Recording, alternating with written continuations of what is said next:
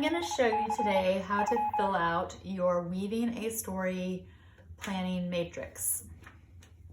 Of course, the first thing that we will do is put on our name. Today's date is the 18th, and you're going to circle your class code, 4T or 4M. It says list 3 or more skills that you have learned this year. Circle the one that you find the most interesting. 3 skills I've learned this year are making a gargoyle. I also learned how to weave, how to be an art teacher. I learned how to be an art teacher, so that's my 3rd one. The one I find most interesting is to be an art teacher.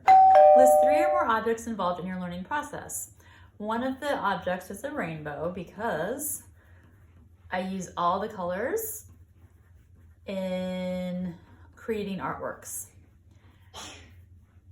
Another object is a paintbrush.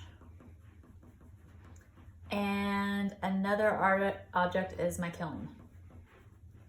In the boxes below, sketch simplified symbols of objects or activities from your learning process. So the rainbow has 6 colors. I'll put that there. My kiln is blue, and it has like this kind of a thing going on, some legs, and it has like the kiln door. Let's see, the paintbrush would look like this, and it has like a fun edge. Maybe there's 2 paintbrushes. I have a teacher badge, so I'm gonna sketch that right here. That would be like a little badge. So I'm gonna flip it over, and I'm gonna do my kiln at the top. That's part of my story because I learned how to use clay.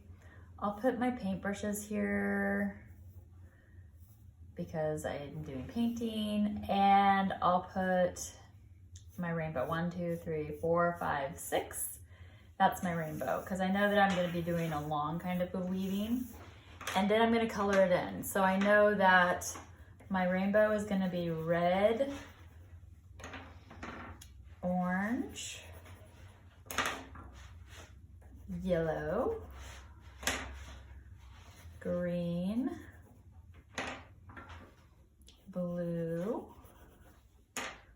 purple, and because I'm crazy, I also like to add pink.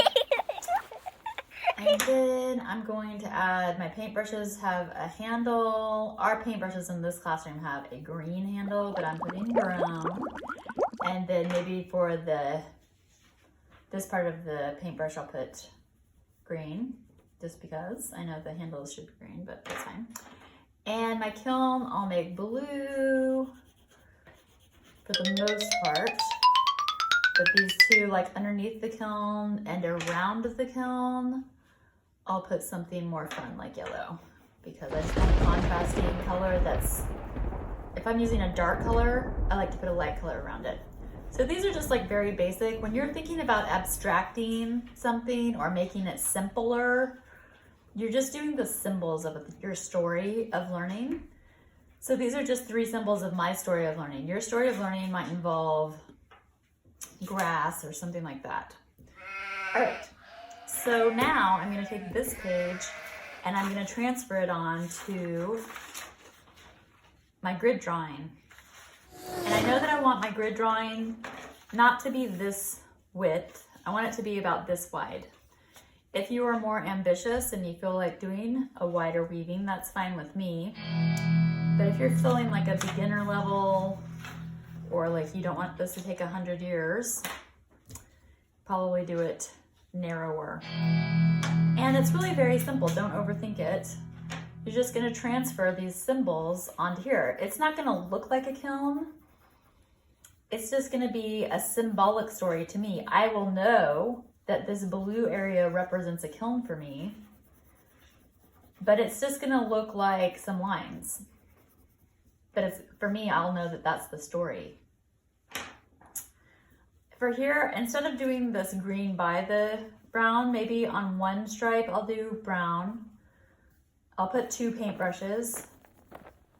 But instead of making it like this, I'm just gonna do a stripe because that's easier. So I'm really simplifying it. when I'm sewing, I know that it'll be so much easier to just do a stripe. And then for my rainbow, I'm gonna make it much thicker. I think I'll do 2 lines per color instead of like that 1 line for green. So now I'm going to 2 lines of purple, 2 lines of blue. I'm just quickly sketching out my story of what I've learned in a moment in time this year. So green,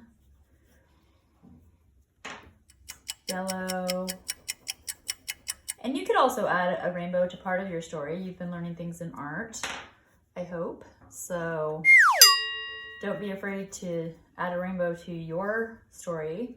Your story might be about 4th grade. Maybe you learned something in art. Maybe you learned something in PE.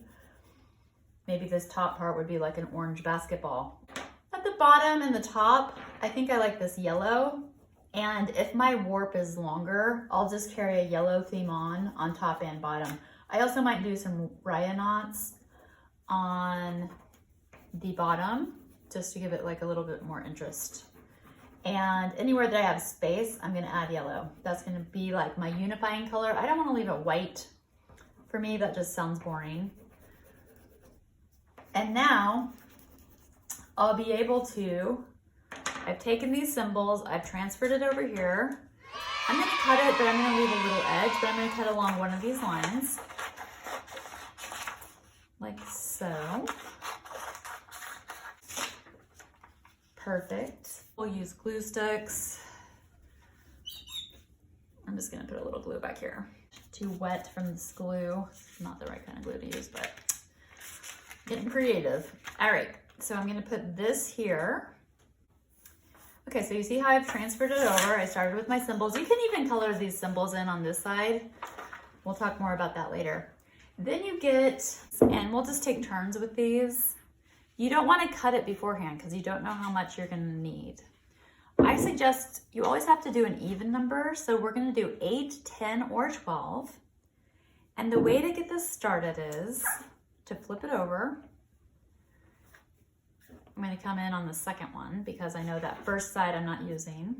The little first one's not part of my design. One little piece of tape just to hold this down.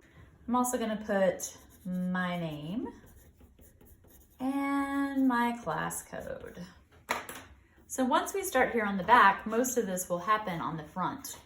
And the way that we do this is you just pull off a bunch, again, not cutting it yet. You don't never want to cut it. And you try to match it. So I know I'm 1 over. And then you go up and down. And instead of wrapping it all the way back like this, that wastes a lot of string. What's happening on the back is you're just going over 1. And that way you're not putting all this string on the back that's so wasteful. So I'm just going up and down. And again, I want to get it to an even number. So eventually I will count this.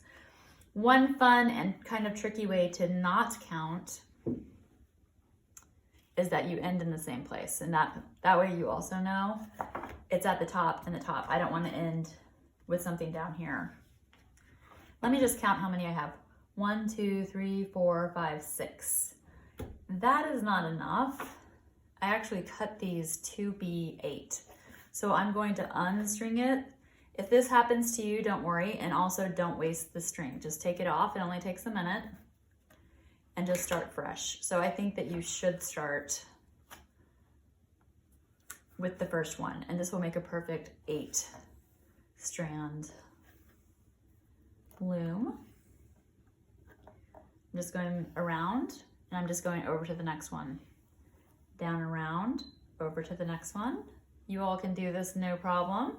If you are having problems with this, you can get help from me or you can get help from a neighbor. If you notice that somebody sitting next to you did it quickly, they might be able to help you. At this point, you want to cut it long enough. I cut it like as long as my hand. If you cut it way up here, you don't have room to tie. And what you want to do now is take that piece of tape off. Maybe you didn't have to use tape, maybe you just left it loose.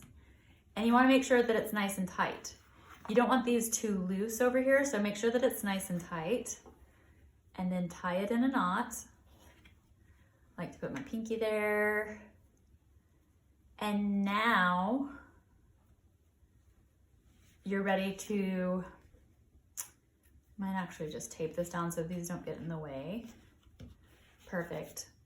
And now I'm ready to work my loom, to start using yarn. 1, 2, 3, 4, 5, 6, 7, 8. So this ended up being an 8-piece loom, which is great. You need to have at least 8. And I can start off with yellow, a couple lines of weaving, but then I'm going to put some ryan knots here. So for this, you just go over, under, over, under, over, under. Just repeat over, under to yourself lots of times. I like to use 1, 2, 3 finger widths. Call this the cat tail or with cat whiskers, 1, 2, 3. If you put 3 fingers on top, you know it's long enough. You don't want to cut it to right here. That would be too short. If my last one was over, the next one I'm going to start is under. And that just makes sure that you're alternating. You don't want to be going right on top of what you just did in the same direction. So I'll be asking you this a lot. Also, if it gets real tight like that, you can also loosen it and pull it back out. This last one was over. For this entire weaving, it looks like my last one will always be over.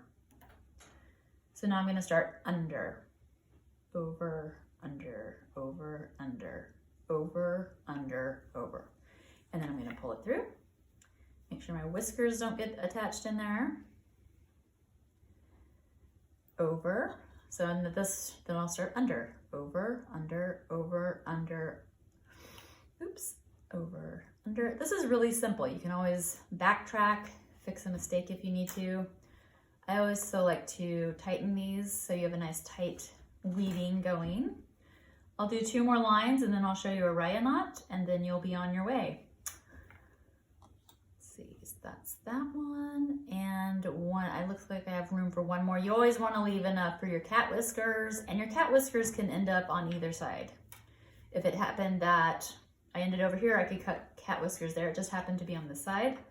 Cut it to about the same length.